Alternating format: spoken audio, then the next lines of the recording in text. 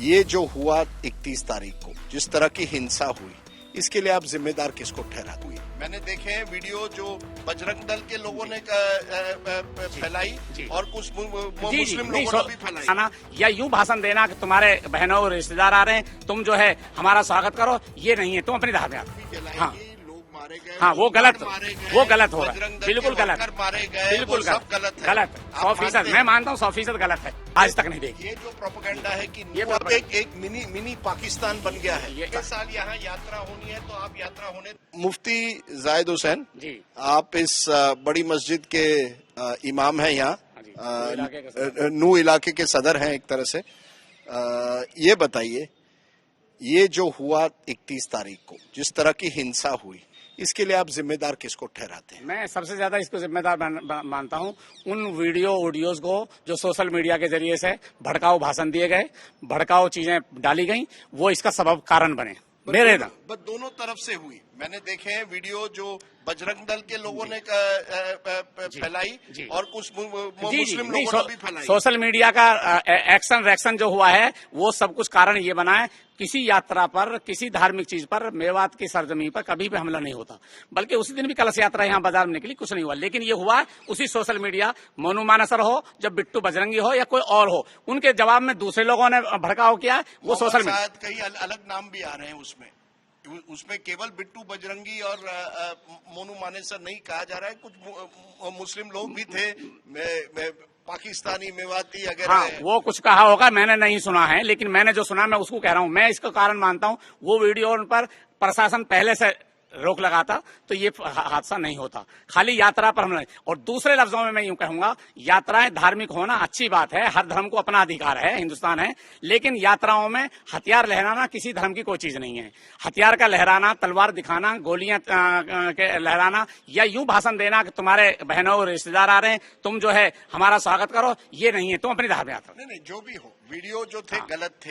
हथियार यात्रा में जाना गलत है। लेकिन जो गोलीबारी हुई, जिस तरह से यहाँ के कहा जा रहा है लोकल मुस्लिम ने अपने आप को इकट्ठा करके उनको टारगेट किया, ये भी गलत है। आप मानते हैं? बिल्कुल मानता हूँ। जिसने हिंसा की है वो गलत किया है। जो बिल्कुल जलाई गई, बिल्कुल 100% कहता हूँ, 100% कहता हूँ, जो कुछ हुआ है वो गलत हुआ है। लेकिन दुनिया का दस्तूर है, मैं कल भी डीसीएसपी से कह के आया हूँ, एक्शन रिएक्शन दो चीजें हैं, रद्द अमल।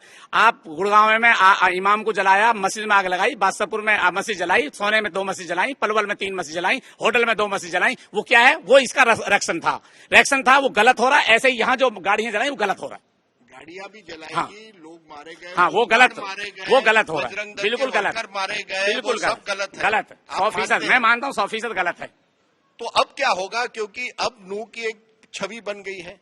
देखिए, यहाँ फिर कह रहा हूँ, एक सांप्रदायिक छवि बन गई। यहाँ सांप्रदायिकता तनाव पैदा जो किया है वो बाहरी लोगों ने किया है। उसमें ज्यादा दखल बाहरी लोगों का है। जब एक उधर हिंसा बढ़ती है तो बहुत से लोग तमाशबीन भी शामिल हो जाते हैं, लेकिन उसके सबब और कारण बाहर के लोग हैं। ये गोलीबारी जो की, ये बाहर के लोगों ने की। आप कह रहे हैं नू के लोग? मैं कह रहा हूँ नू के लोकल लोग नहीं थे इसमें।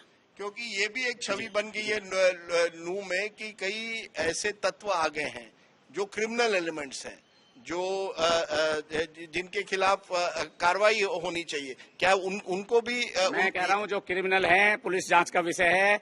जो गलत छवि के लोग हैं, शरारती तत्व हैं, चाहे वो हिंदू, मुस्लिम, सिख, ईसाई किसी भी समाज के हों, सबके खिलाफ कार्रवाई होनी चाहिए। यहाँ गौरक्षक भी है बजरंग दल से। उन्होंने कहा कि यहाँ तस्करी हो रही है। देखिए, यहाँ तस्करी हो रही है। फरवरी के महीने में 2 लोगों की मौत होती है, नासिर और जुनैद, उनको मारा जाता है। वो बजरंग दल के लोग कहते हैं वो तस्कर है। यहाँ मुस्लिम समाज कहता है ये गौरक्षक हमें टारगेट कर रहे हैं। वो पुलिस की जांच के आदेश हैं। वो जुनैद और नासिर को जो ले जाकर गोपालगढ़ थाना, पहाड़ी थाना, राजस्थान जिला भरतपुर में, वहां से उठाकर मेवात क्षेत्र के से जींद भिवानी में जाकर जलाया जाता है। तो अगर वो गौ तस्करी कर रहे थे, यहाँ से उठाना, कोई तस्करी का उनके पास सबूत मिलना चाहिए था कि भाई ये गाय पकड़ते हुए लगे। उनके पास कोई, मैं चोर हूं तो चोरी में पकड़ा जाऊंगा तो मुझे सजा मिलनी चाहिए, लेकिन चोर नहीं हूं, चोरी का इल्जाम लगाकर मार दिया जाए, ये गलत है। उसके बाद तनाव बढ़ा, बिल्कुल बढ़ा है। जुनैद नासिर हत्याकांड के बाद ज्यादा इलाके में तनाव बना है। गौरक्षकों के खिलाफ जो भी बात हुई है, गौ तस्करी खिलाफ है तो गौरक्षक कानून हाथ में लेना, ये भी खिलाफ है। तो आप कह रहे हैं गौ तस्करी भी खिलाफ गलत है और गौरक्षक के नाम पर कानून हाथ में लेना वो भी गलत है, मैं कह रहा हूँ। तो अब आखिर में क्या आप समझते हैं कि अब जो माहौल है वो इस तरह से है कि भाईचारा एक बार फिर लौटेगा या नहीं लौट पाएगा? यहाँ आप अपील करेंगे लोगों को? आज जुम्मे का दिन है। मैंने कल भी अपील की है और अपील हमारी पहुंच चुकी है हर घर तक। प्रशासन के सब मिलकर भी अपील की है, डीसी एसपी के साथ में मीटिंग कर आज अपने तौर पर करूं। और आज का मेरा जुम्मे का जो खिताब होगा वो भी इसी पर होगा, अमन और भाईचारे का। और मुझे 99% क्या 100% ये उम्मीद है कि हमारे लोकल कम्युनिटी का भाईचारा बाकी है।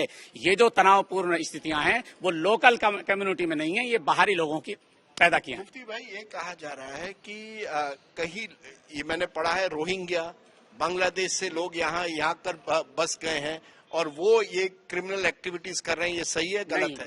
कोई बांग्लादेशी यहाँ नहीं है। आसामी लोग कुछ जगह हैं, तो वो तो गुड़गांव दिल्ली में भी हैं जो देश की राजधानी है। रोहिंग्या जिनको कह रहे हैं अगर वो पनाह गुज़ीर है तो दिल्ली में और गुड़गांव में भी हैं यहाँ इलाके, लेकिन उनकी कोई एक्टिविटी हमने गलत नहीं देखी अपनी नजरों में, आज तक नहीं देखी। ये जो प्रोपेगेंडा है कि एक मिनी पाकिस्तान बन गया है, ये जो है बजरंग दल और विश्व हिंदू परिषद का अपने बचाव के लिए एक जुमला है। वो अपनी गलत कार्रवाई करना जो चाहते हैं, जो उन्होंने गलत धारण किया उसको बचाने के लिए मिनी पाकिस्तान। यहाँ की सदियों की लड़ाई ये रही है, मिनी पाकिस्तान कहो चाहे कुछ भी कहो तुम, लेकिन हम मेवाती जो है, मेवाती समाज में ये धारण रही है, हम तुगलक के खिलाफ लड़े, हम बलबन के खिलाफ लड़े, हम बाबर के खिलाफ लड़े, हम अंग्रेज के खिलाफ लड़े हैं। किस लिए लड़े? इस मुल्क के लिए लड़े। हमारा मुल्क हम सदियों के, हमारी तारीख क्या है? कोई हमारे यहाँ कृष्ण की औलाद है, कोई अर्जुन की औलाद है, कोई किसी का हमारे गोत बताते हैं, लेकिन हम बाहरी नहीं है। मेवाती कौम जो है, वहाँ गांधी जी ने कहा था कि मेवात हिंदुस्तान की रीढ़ की हड्डी है। मेवातियों ने बलबन से भी लड़ाई लड़ी, तुगलक से लड़ाई लड़ी, बाबर से लड़ाई लड़ी, अंग्रेजों से लड़ाई लड़ी। किसके लिए लड़ी? मुल्क की खातिर लड़ी, और आज भी लड़ेंगे गलत धाराओं के खिलाफ। 47 तब भी हम यहाँ जमे। अगर हमारे खिलाफ हुआ है तो राजा भरतपुर ने और राजा अलवर ने मेवातियों को मारा था, गांधी जी ने यहाँ रोका था कि तुम पाकिस्तान मत जाओ, तुम यहाँ रहो। अगर हिंसा पैदा की थी तो अलवर के रियासत में और भरतपुर की रियासत में, ये अंग्रेजी कहलाता था। यहाँ गांधी जी आए गांधीग्राम में, उन्होंने यूं कहा मेवाती रीढ़ की हड्डी है हिंदुस्तान की, तुम बाहर मत जाओ। और मेवात अभी भी रीढ़ की हड्डी रहेगा। कुछ शरारती लोगों की वजह से मेवात खत्म नहीं हो सकता। मेवात शरारती लोगों के दबाव में नहीं आ सकता। तो अगले साल यहाँ यात्रा होनी है, तो आप यात्रा होने देखिए, हम फिर कहते हैं यात्रा अगले साल नहीं, हर दिन निकालें। कोई उस दिन भी कलश यात्रा यहाँ से हम निकली है, किसी यात्रा से कोई आपत्ति नहीं है, किसी यात्रा, लेकिन यात्रा का रूप दूसरा धारण कर देना वो गलत है, उसको प्रशासन रोके।